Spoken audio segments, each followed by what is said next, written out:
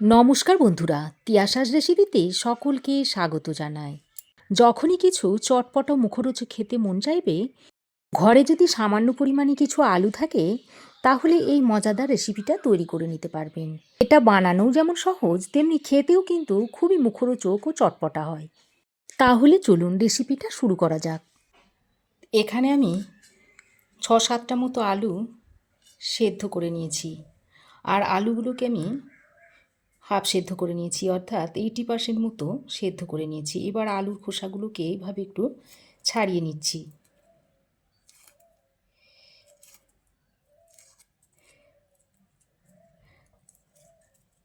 আপনারা আলুটা বাড়িয়ে কমিয়েও নিতে পারেন। চাইলে আপনারা একটা আলু দিয়েও এই রেসিপিটা তৈরি করে নিতে পারবেন। এই রেসিপিটা এতটাই চটপটে মুখরোচক হয় যে একবার কাউকে তৈরি করে খাওয়ালে সে বারবার খাবার অনুরোধ করবে। ঘরে যদি শুধু একটু আলু থাকে, তো এইভাবে আপনারা চটপটা ও মুখরোচক রেসিপিটা তৈরি করে নিতে পারবেন খুব সহজেই।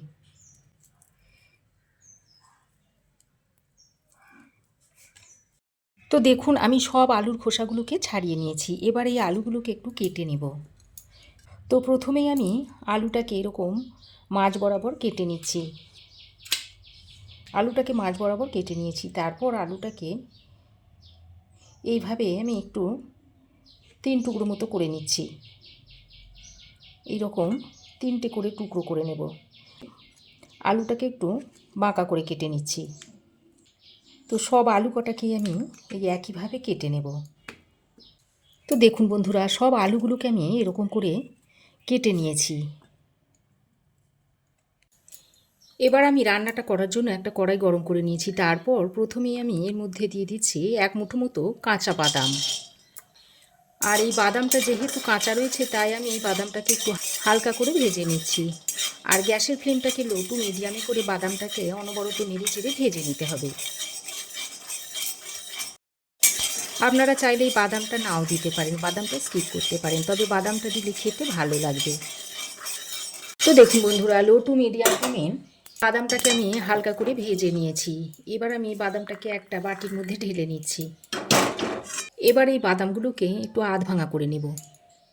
বাদামটাকে আমি খোলা সমেতই এইভাবে একটু আধ ভাঙা করে নিয়েছি। এবার আমি আবারও কড়াইটা গ্যাসে বসিয়ে গরম করে নিয়েছি। তারপর এর মধ্যে দিয়ে দিচ্ছি পরিমাণ মতো সাদা তেল। আমি রান্নাটা সাদা তেলে করছি, আপনারা চাইলে সর্ষের তেলেও করতে পারেন।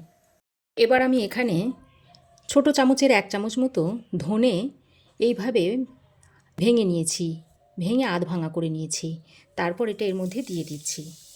দিয়ে দিচ্ছি অল্প একটু গোটা জিরে, আর দিয়ে দিচ্ছি সামান্য পরিমাণে একটু মৌরি, আর কয়েক দানা গোটা কালো সর্ষে দিয়ে দিচ্ছি, আর জুলিয়ান করে কাটা আদা দিয়ে দিচ্ছি।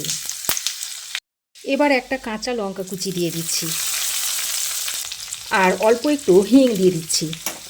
হিংটাকে এইভাবে শেষের দিকে দেবেন, তাহলে হিংটা আর পুড়ে যাবে না।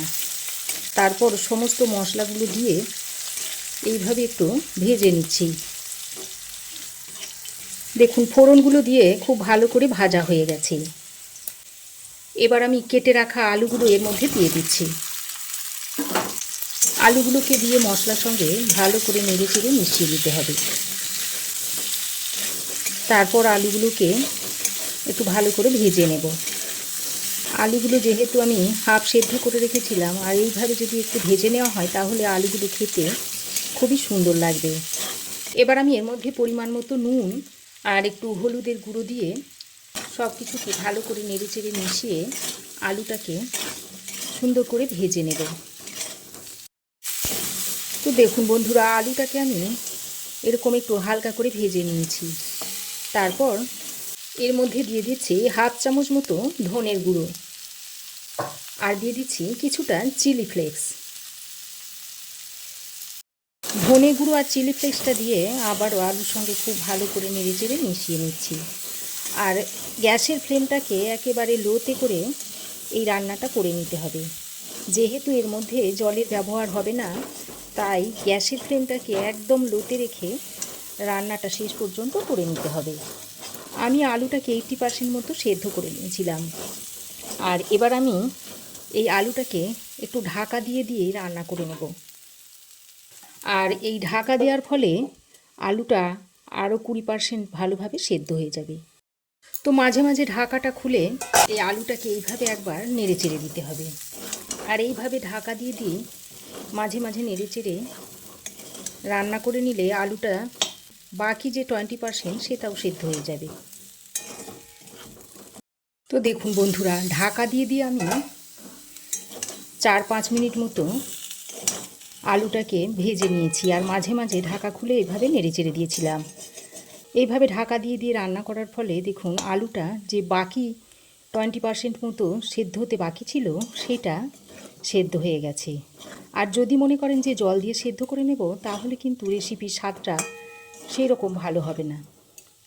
এইভাবে ঢাকা দিয়ে দিয়ে বাকি 20% যেটা সেদ্ধ হতে বাকি ছিল সেটাকে সেদ্ধ করে নেবেন। এবার আমি যে বাদামটা আধ ভাঙা করে রেখেছিলাম সেটা দিয়ে দিচ্ছি। বাদামটা দিয়ে আলুর সঙ্গে ভালো করে নেড়ে চেড়ে মিশিয়ে নিচ্ছি।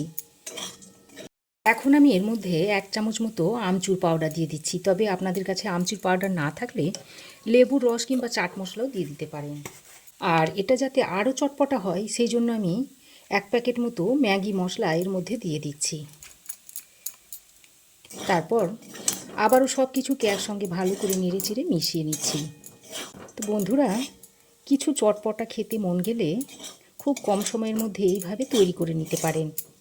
আর এটা রুটি, পরোটা, লুচি সব কিছুর সঙ্গেই খেতে দুর্দান্ত লাগে।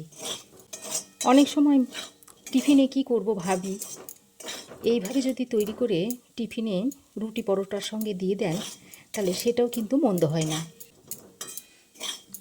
তো খুব ভালো করে নেড়ে চেড়ে মিশিয়ে নিয়েছি। শেষে আমি কয়েক দানা চিনি দিয়ে দিচ্ছি। যেহেতু চাট মশলা, ম্যাগি মশলা দেওয়া হয়েছে, তাই অল্প পরিমাণে একটু চিনি দিয়ে দেবেন, তাহলে আরও চটপটা ভাব আসবে। তারপর সবশেষে কিছুটা কুচনো ধনেপাতা দিয়ে দিচ্ছি। তারপর আবারও সব কিছুকে একসঙ্গে ভালো করে নেড়ে চেড়ে মিশিয়ে নিচ্ছি। তো দেখুন সব কিছু একসঙ্গে ভালো করে নেড়ে চেড়ে মিশিয়ে নিয়েছি। তারপর আবারও ঢাকা দিয়ে 2 মিনিট মতো রান্না করে নেব। তো দেখুন বন্ধুরা, আরও 2 মিনিট আমি ঢাকা দিয়ে রান্না করে নিয়েছি। আর রান্নাটা এখন কমপ্লিট হয়ে গেছে। এখন আপনারা রুটি, লুচি, পরোটা, এমনকি ভাত দিয়েও এটা খেতে পারবেন। খেতে অত্যন্ত সুস্বাদু হয়। একবার বানিয়ে খেয়ে দেখবেন। তো বন্ধুরা, আমার এই আজকের দুর্দান্ত স্বাদের চটপটা ও মুখরোচক আলুর রেসিপি আপনাদের কেমন লাগলো অবশ্যই একটা কমেন্ট করে জানাবেন। ভালো লাগলে একটা লাইক ও শেয়ার করবেন।